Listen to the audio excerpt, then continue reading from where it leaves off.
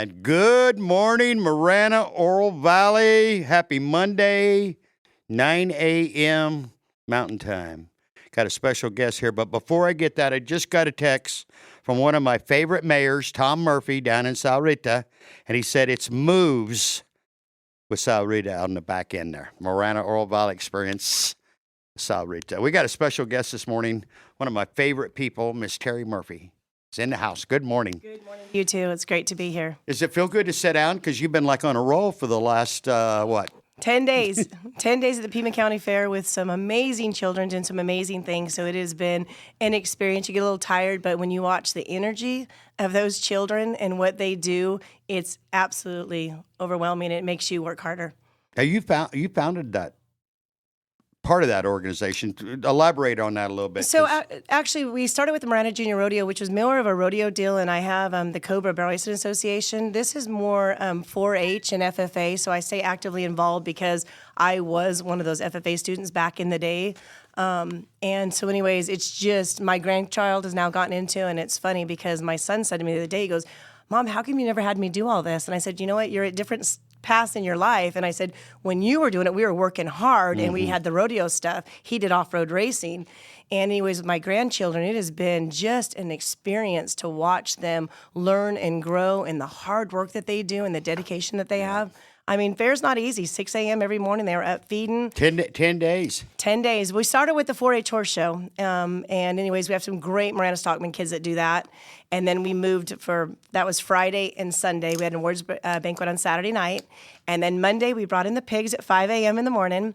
And the beef came in as well, and the goats. And so we focused on that and weighed them all in. And then they auctioned them off on Saturday. Sunday, they picked up the animals, and that is probably the hardest thing for me to watch, is to see them. They were feeding their pigs ice cream cones and laying with them and rubbing on their steers. But it's the experience. It's learning the business side of it, learning how to take care of something on a daily basis. I mean, they walk them, they feed them. It is an amazing thing, and I'm really proud of our Marana kids. They did amazing this year, and the fair overall for the children raised $1.2 million. Oh, that's amazing. Yeah, and I was really worried, and I was campaigning for people to jump in and buy beef. We had 100 and something at first, and we ended up with 80 that qualified. And so I thought, oh gosh, beef are hard to sell. I mean, it takes a business that has money to be able to buy them, because even if it's only $4 a pound, they weigh an average of 1,100 pounds. Like buying a used car here. Exactly, sometimes a little bit more. And so anyways, it was really great. I'm really glad I have the experience, and what I'm most proud of is our Marana family, because they all jump in, they help there's people from all over. It's not just Marana, but to see them get involved with other children. I mean, they're true leaders. I mean, they cheer each other on. It's heartwarming, and that's the thing that makes me proud about Marana. You know, we were discussing a little bit off camera here about that right before we started. That is Marana. I sleep in Oro Valley, but I live in Marana, and I have the last 25 years. This is my adopted hometown. I love it here. Everything you just described is, here's a spoiler for you. You did not know this coming in. We raised pigs when I was a kid a little bit. Oh, that's awesome. We rate for our own consumption, and that was tough. It is tough. Eating your pet, but it sure tasted good. It does, and it's funny because I grew up. I'm 5 generations of rodeo, so I grew up with cattle and horses. We didn't really raise pigs, and so when my granddaughter decided that's the one animal she wanted to pick, now the next one wants to pick a goat. The other one wants to pick a lamb. So I'm like, okay, this will be interesting to see. So, but watching and learning about them, it's a science. Like, it is amazing to me. It's not just feeding them up to sell them; it's feeding them up to show them.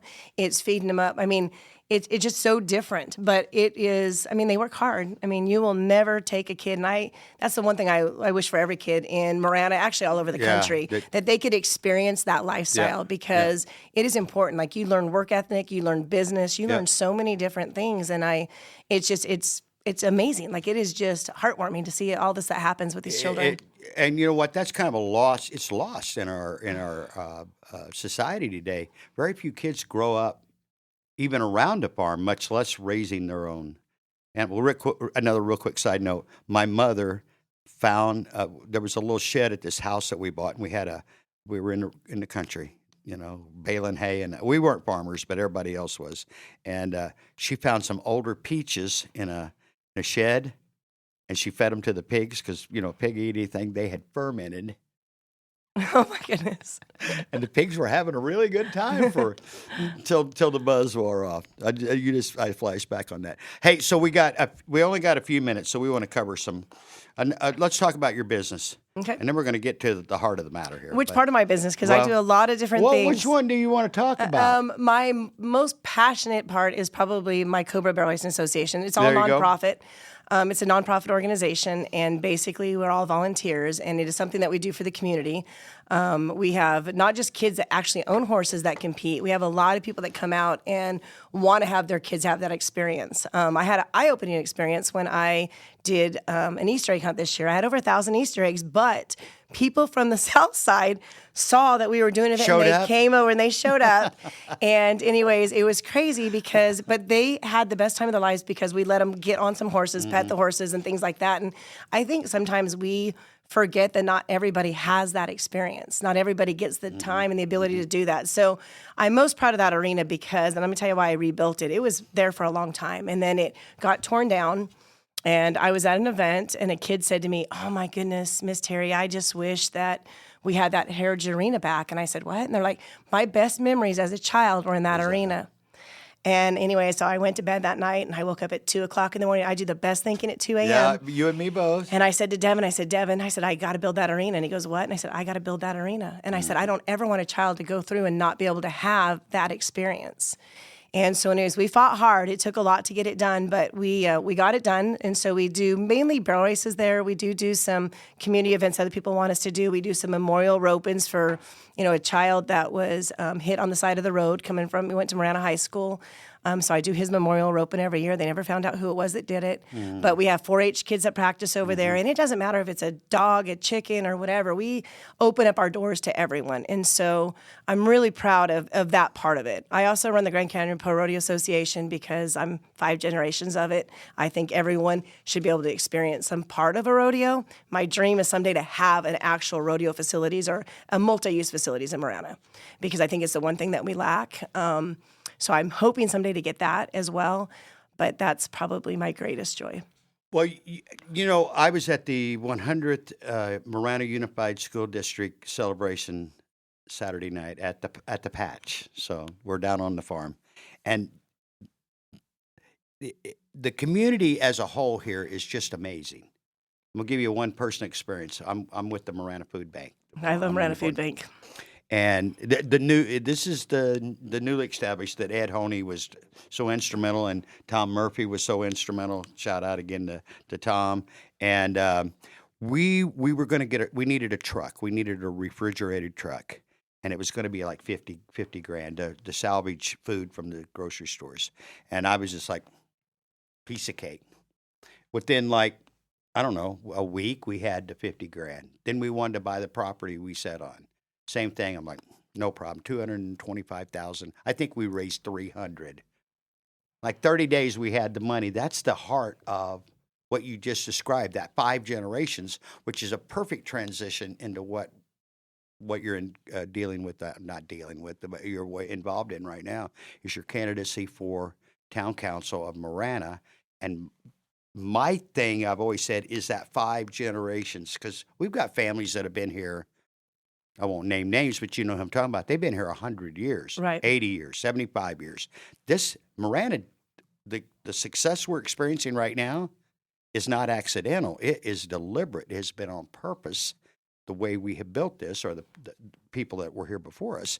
And with your candidacy, and that's why I'm so supportive of what you're doing, you want to continue that legacy, not destroy it in...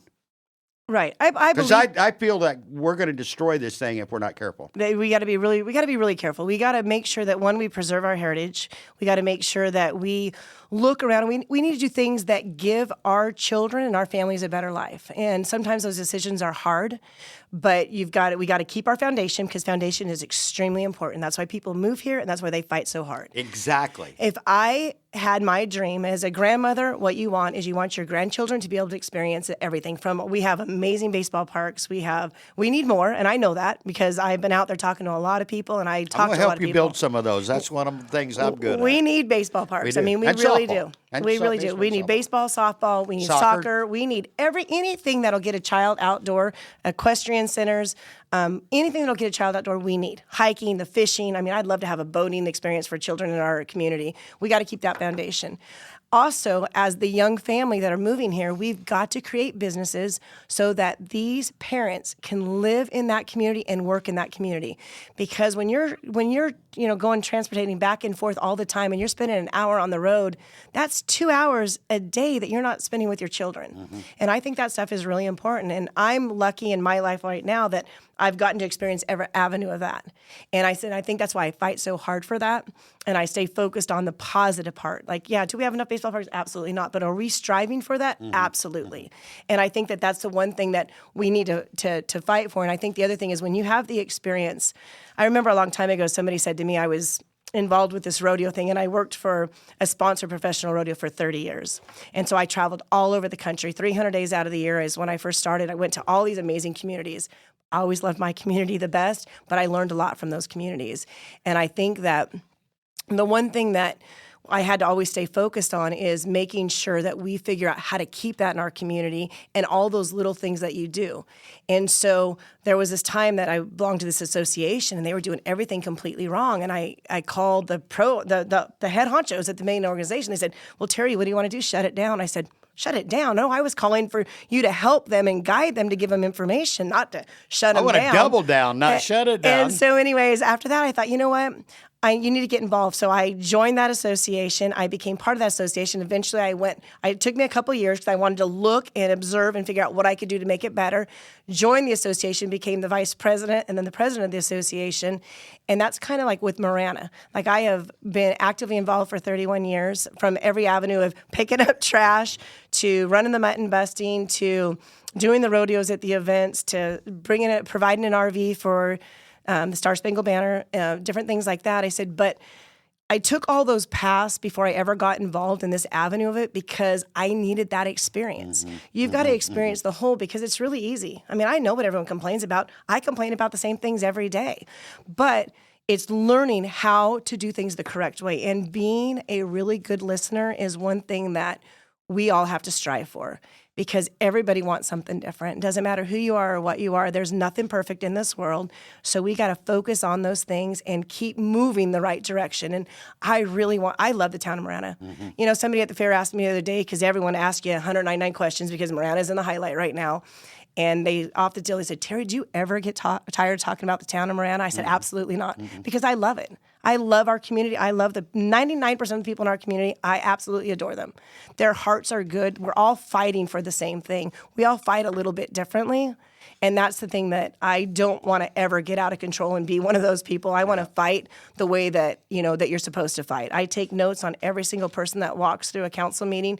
And the reason I do is because their voice does matter. Mm-hmm. I hear their voice. Mm-hmm. We all hear their voice. And I go back and they call me the note queen because I have to go back and I have to reevaluate that. So if they ever come up to me, I know. And I know why they're passionate about it. I'm compassionate about a lot of things too. It's hard to take yourself out of the center and focus on the whole entire community. And that's what my specialty is that right there should be your campaign slogan. Yeah. Right? No, I'm serious. It's so hard. First off, we all want the same thing, 100%. We do. I mean, 99.9% of us want the same thing, especially if you name the top 10, we all want the same thing. Absolutely. So how do we get there? That's where the rub comes, right? Right. But it comes by listening, and we pride, David and I, especially here at Live the Dream in the team, we pride ourselves in being open. Surround yourself with as many different viewpoints as you can, because I don't want to live in an echo chamber. It's really easy to get in a room with the same group of people and you all talk the same. And the next thing you know, that's dangerous. It's very dangerous. But to have an open, and like you said, out in the community, working, evolving, growing, getting to know people. I want to hear people's opinions. Well, and the best way to hear them is by being actively involved. And can you not stand up there screaming and yelling? You got to get back. If you've been involved with the Little League and you've been involved with Marana Parks and Rec and you've been involved in walking the streets during Founders Day, those are the experiences and those are the people that are talking. And it's sad because a lot of them say, oh, I would love to come to your council meetings, but they have gotten so out of control. And I'm like, that is so heart-wrenching because nobody should feel like they don't have a voice. And so the best way to get the voice is to get out on the streets and go to the baseball parks, go to the rodeo grounds. I mean, come check out our kids. They are amazing. What they do and the way they encourage. And I strive every day. You know, I always say, if I can look in the mirror because I made a decision that's based off of everybody, then I'm living my life right. The moment you can't look in the mirror, you have not lived your life right. And I want these children to grow up thinking, okay, you know what? We're going to be kind. We're going to listen. We're going to appreciate.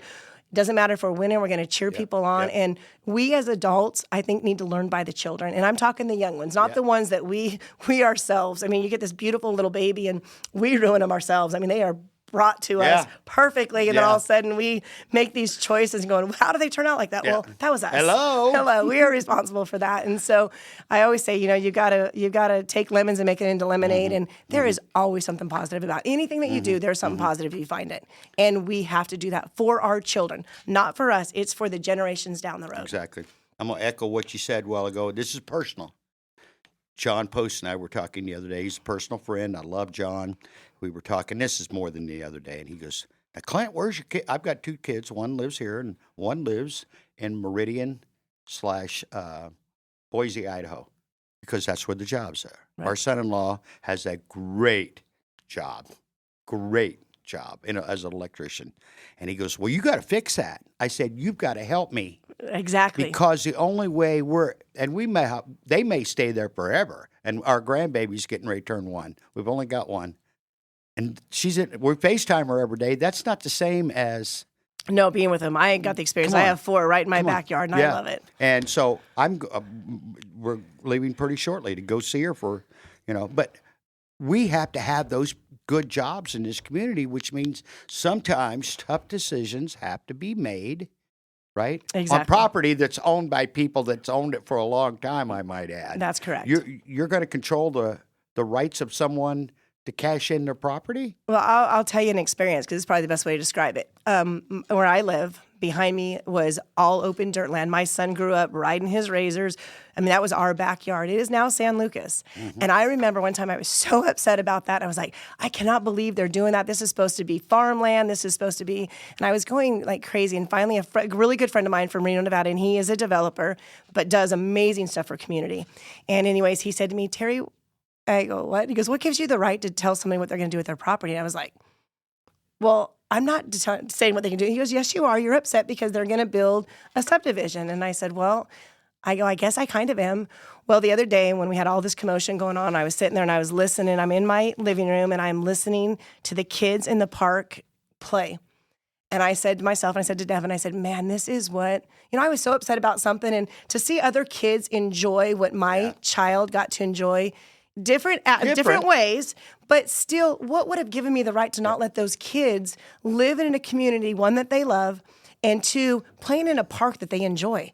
Like, and I used to think, oh man, they're going to hate me because I have horses, I have cattle, I have goats, I have pigs, I have donkeys, I have everything you can think of, and they're going to get the flies, and those people never explain. And I have saved one child who was struggling with his family and he used to hide and he used to come hide at my place. And it used to scare me because I'm like, oh, we got animals and you never know. But then it was an eye-opening experience for me because I was one of those people. Yeah. I didn't scream and I wasn't loud and I wasn't yelling. I just was, I voiced my opinion. Mayor Honey heard it a lot, but I didn't go crazy about it. And now today I thought, thank goodness I wasn't one of those people that kept fighting because that kid has the right. It's different than what Joseph had growing up, but they have the right to do it too. See, I think that's where it's hard.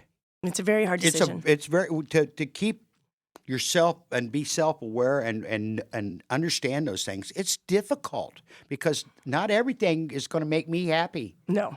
But it can't be just my pleasure or my enjoyment. It has to be, like you say, all those kids. Isn't that a joyful sound, by the way, to hear a bunch of kids? It really is. I love that. I mean, here's another thing you didn't know. I love kids. It's that group between 8 and 80 that I have the problem with. The little guys, the old guys, I'm in pretty good shape. But just a chatter, of little children and talking and growing and socializing amongst themselves. And then, like you said earlier, then we get involved as adults, Right. and we start messing change that it all. up, teaching them all those abhorrent behaviors that so many of us have. It's just like, see, that's why I wanted to sit down with you. We know each other, Right. but to get to know each other better, because I'm totally supporting your candidacy, obviously. Well, I appreciate it. But I want to make people aware of the Teri that I know and I'm getting to know better, because this is exactly the leadership. This is where we're missing out, not only locally but globally. We just don't have enough leaders that are willing to get down and carry the trash. And did you ever chalk a line for the Little League? You ever done that? No, I've done it all. Yes, we used to laugh because when my son played Little League in Marana T-ball and stuff. I was the one who was, even though I traveled a lot, when I was home. Yeah. So I was the one who took him, and Devin was so busy working. I mean, we're like any other family. We had to work hard for what we had. And so everyone used to go, here's Teri. She's on the baseball field doing something. But I've never been afraid to work. And I think that's one of the values that I am so thankful for my parents, because they taught me that. You know, when you grow up with animals and you grow up in an industry that you travel with your family every weekend. I mean, rodeo is you travel a lot. I mean, we used to put in 500 miles a weekend going to rodeos, but guess what? It was with my mom and my dad. It wasn't, and we played sports. I mean, I cheered. My brother played football. I played basketball. I coached basketball in college. I mean, different things like that. But it's just that experience of doing that. And then all of a sudden, you know, people go, oh my goodness, you're the one who picks up the trash at the Marana Heritage Arena. I said, it's my whole entire family. I've got my 2 nieces, my granddaughters, my husband, you know, my son. I mean, it's just volunteer work. And I said, that's just kind of what you do. But it makes you appreciate things a little bit differently. When you're willing to work from the bottom all the way up, you experience things differently and you look at things through different eyes. You know, and I think that's the important part. I'm from the Midwest. I'm from Southern Illinois, and you've probably heard this statement, and it applies. It's not just, but that Midwestern work ethic. I've heard that used my whole life, but it's not just the Midwestern. It's more city kids are fine. My kids are city kids. They didn't grow up here, right? But there's a work ethic that comes from living in a rural environment with there's animals or chores to be done. I just remember, you know what we did every vacation in our family? My parents were into real estate. They're buying. We worked on houses that they'd bought. On our family vacation, we were painting or cleaning or knocking down a wall. That's my memory of family vacations. And I look back at it, I don't hold. There's no like, why didn't we play more? But we did play plenty. I had a little league field in my own backyard. My brother and I had our own little league field in our backyard. See, that's what our parents. We worked hard, we played hard, and we all did it as a unit, and that's where we're missing out. Right, and I think we can have it. I believe we can with all my heart, Marana, that we can. We just need to stay focused. We need to stay guided, and we need people in our community to come to us, but they need to talk to us about and help us get there. Say, okay, I want another baseball field, and I know we're lacking them. This is how we're going to get it. I want an equestrian center. This is how we're going to get it. I want more soccer fields. I want a fishing hole that my kid could go fish. You know, he doesn't like to do anything else but fish. Well, we need to figure out how to get him that. How to get him that opportunity. And they exist, and we have really, really good people in Marana. I mean, our Marana School District is amazing. Our Chamber of Commerce is outrageously unbelievable. I mean, we have great businesses who support, and I was so thankful for all the businesses from Marana, Arizona that came out and supported these 4-H kids because I was worried. And to see them come full force out there to help and make sure every kid got their animal bought was pretty amazing and pretty spectacular. 100%. And I said, and so I believe wholeheartedly with all my heart in our community, and I know we're going to do great things. And if we can just get everyone to stay focused, not listen to all the chaos, and sit down and figure out what's really important and tell us in the right way. Say, hey, this is what I'd like to see. Help us figure out how to get there. That's what I've done in anything I've ever done in my entire life is you want it, you earn it, you figure out how to get it. And that's what we're going to do. I can say this, you can set this one, but that's the opposition right now that I see. And they've been here for a while. Same characters, different roles. It's all about chaos. I don't see any, and you're welcome to set this out, but I don't really see anybody presenting alternatives or solutions or opportunities to grow this community. It's just create chaos and let's see what sticks. And that's unfortunate because, again, I'm like you. Anyone can come and sit in this chair. I'm inviting anyone that wants to come. Let's talk about this. Right. there's no interest in talking about it. There's just interest in how bad we all are and how everybody's got suitcases full of money stuffed under their beds and stuff like Hey, if that. it was true, let me tell you what, we would have the most amazing equestrian center you've ever seen in your entire life. That's what I tell because people. I would give it to children. I mean, it's all about the children for me. So if I Exactly. got it, I will share Yeah, it. 100%. My husband gives me a hard time all the time because I was doing a raffle for a fundraiser and I was the announcer. I was emceeing the event. And all of a sudden I look and I'm the one who won. And I'm like, oh my goodness, I won. And then I'm like, I'm donating it all back. And he goes, you didn't even have it for 2 seconds. I said, because that's not how I live my life. I want children to have every experience that they can 100%. have. And I said, so for me, I'll give it all away. So if it was really true, you would see amazing things. My arena would not be run down. Well, I just had to say that because I'm a little ticked off about some stuff that happened over the weekend. I'll save that for later. But yeah, come on, just come to the table. The community as a whole. I mean, and you know what? I don't like that kind of leadership either. You know what's playing today? That polling and stuff. That's important. Let's hear people, but let's engage in dialogue. Right. And that's where I see people like you and John Officer and people, Herb, and the people that have been, again, people. How long have you lived in Marana? 31 years. And it doesn't feel like 31 years. Yeah, I mean, I know. And it's funny because I tell people all the time, I go, they're like, how can you volunteer for all these years for all these things? I said, it never gets tiring because you look at a face of a kid. I look at the mutton buster. I'm like, oh my goodness, everyone puts their kid on a sheep. And sometimes it scares me. I provide the helmets, the vest, everything. I said, but when you look at that kid, that's why you do it. Exactly. And the average person probably lasts about 5 years for volunteering. I've done it for 31 and I continue to do the same events that I do and add additional events. People are like, how do you have time? You make time. Yeah. When things are that important to you, you figure out how to do it. And that's why I do it. I tease my wife. We have 2 children, but we raised literally dozens, if not more than dozens. And our refrigerator every Christmas just fills up. I'm like, do we need a bigger refrigerator? I have 5. Of all these kids that just, thank you for what, because I wanted to know where my kids were. Me too. Well, they were at our house hanging out with their friends as opposed to the other way around. And that's important to me. And now we have them. Now we've got all these surrogate grandchildren that we're blessed with. And it was, and I'm so happy I was nice to some of these kids when they were little because they became huge men. I'm like, I'm glad I was nice to you. They grow up. 6'8", 6'9". I'm like, man, there were times I was going to drop you on the corner, but you know, Teri, you've got about 2 minutes. Just give me your best shot at what you've already done a pretty good job, I might add, of reasons why I should vote. If I live in Marana, why I should consider you as a candidate. I think probably the number one reason is, one, I love our community. And I think that's the most important because I will stay focused on what our community really needs. One, I have the business knowledge and the experience, but I also have worked at it. It's not something that, people used to ask me years ago, you should be on council. I'm like, absolutely not. I wasn't ready back then.